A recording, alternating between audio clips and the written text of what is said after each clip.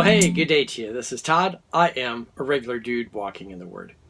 We are in 1 Thessalonians right now. We're still in 1 Thessalonians. This is like episode 28.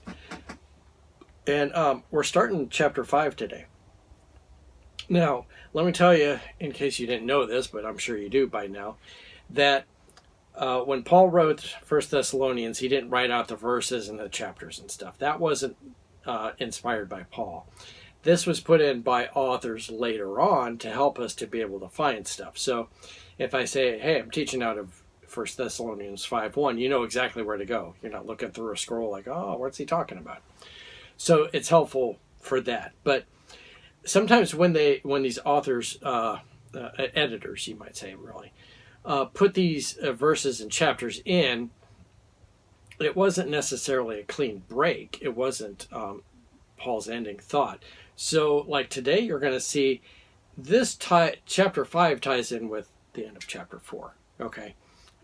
So to understand chapter 5, you need to know chapter 4. Okay. Much like other books. If you're reading like a Little House on the Prairie book and you start in chapter 30 and you're like, oh, what's going on here? Well, you got to go back and read the other 29 chapters before that to understand it. So today, this is entitled Watch Out. Okay, so I'm going to read this. This is taken today from 1 Thessalonians chapter 5, and I'm going to be reading verses 1 through 8 here today. It says this, now brothers and sisters, about the times and the dates, we do not need to write to you. Okay, for you know very well that the day of the Lord will come like a thief in the night.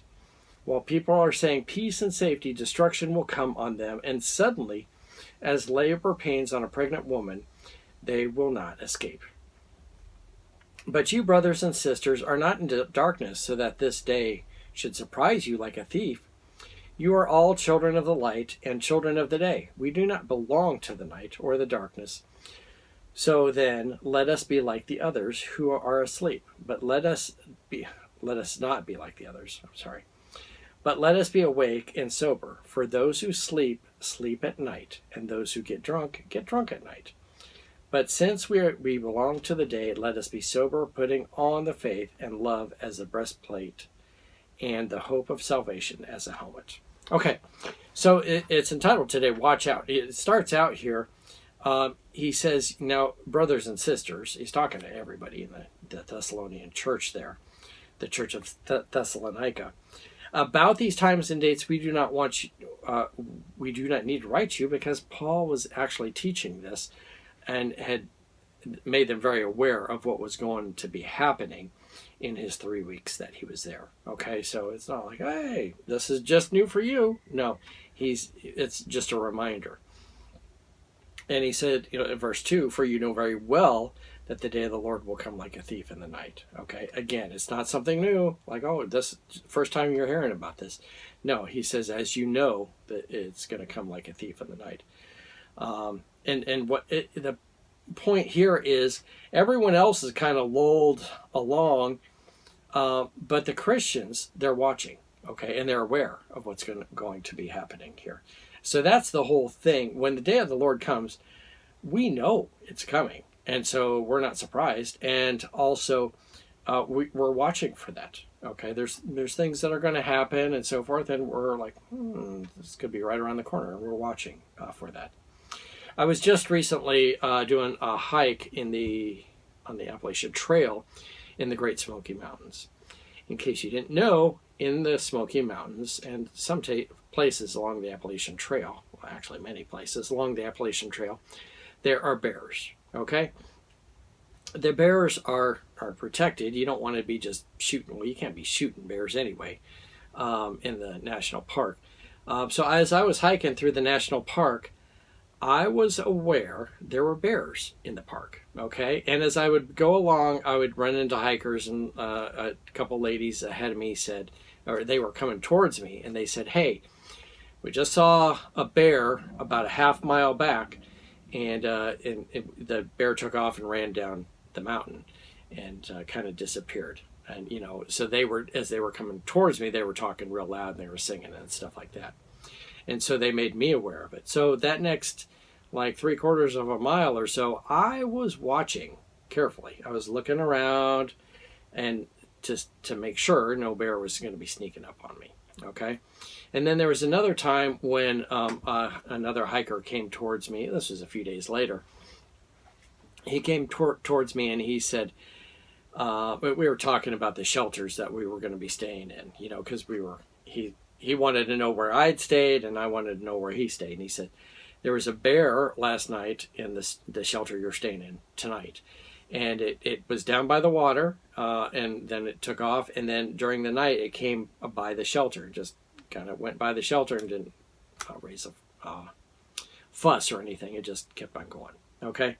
So again, I was aware of that there's a bear in the area, and the park, the rangers and people also let you know that they'll call it like bear activity around that shelter. And if it's really bad, then they will close that shelter, which they did in some cases. In some other shelters, they were closed because of bear activity and the bears being aggressive. Bears like to eat your food. Okay, they're not necessarily interested in eating you. Okay, they want to eat your food, and so if they smell your food, they want to come after you. All right, and so what we would do to prevent this is we would go into you'd have, when you got to the shelter, you had bear hanging cables, you would call them, and you would take a cable and hook your food bag onto it that you had, and then you would pull it up and with a pulley system pull it up into a tree where the bear can't get it. Okay, and then you go and sleep in the shelter, and the shelter's not locked up or anything because it doesn't need to be locked up, because the bear is not interested in necessarily eating you. The bear is interested in eating your food. If the food is not sitting beside you in the shelter, the bear's not interested in coming into the shelter. Okay, the bear wants to eat your food. So that's what happened. So we were perfectly safe and I really have no fear because I was sleeping really, really good at night and not scared about the bears because my food was sitting way outside, hanging up in a tree where the bear couldn't get it. And so anyway, the point was I was aware there was bears in the area. And so I was watching. I was careful what I did. I made sure to hang my food up, and I even went through my pack, and like any snacks that I had that I'd taken out during the day and put someplace else, I made sure to take those out and put them in the bear bag, you might say, and hang those up. And so, therefore, I'm safe. The bear doesn't want to eat me. Okay. And also on the trip, I ran across some people, and they had these bells, and I'm like, and they'd be coming down the path, ding a ding a ding a ding a ding a, and I'm like, what? I said, why do you have that bells? Are you like from Switzerland, wanting to, get your goats or your sheep or something like that? And they said, no, we have the bells to kind of let the bears know far ahead that we're coming through. And so the bear hears the bell and like, a human is going to be coming down this path.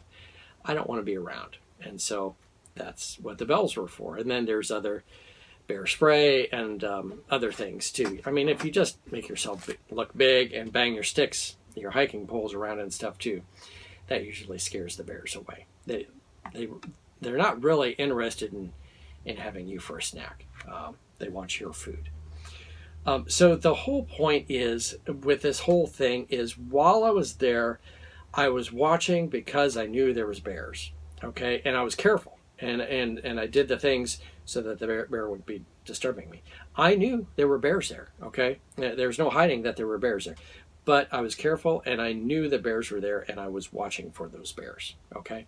Just like in the end times, God has given us, everything we need to know. He said, I'm coming back. I'm going to be coming back like a thief in the night. When you least expect it, I'm coming. So I'm like, I'm watching. Is the Lord coming today? Is he coming tomorrow? I don't know when he's coming. But I'm watching because I know he's going to come when I'm least expecting it. But I know he's coming. So it's not necessarily going to catch me by surprise like, oh, well, who are you? Where'd you come from or anything? No, I know it's the Lord. Okay. So the whole point is watch out. The Lord's coming. Thanks for watching. I am a regular dude walking in the Word, and I look forward to seeing you next time as we continue our journey through 1 Thessalonians. Lord's blessing. I'll see you then.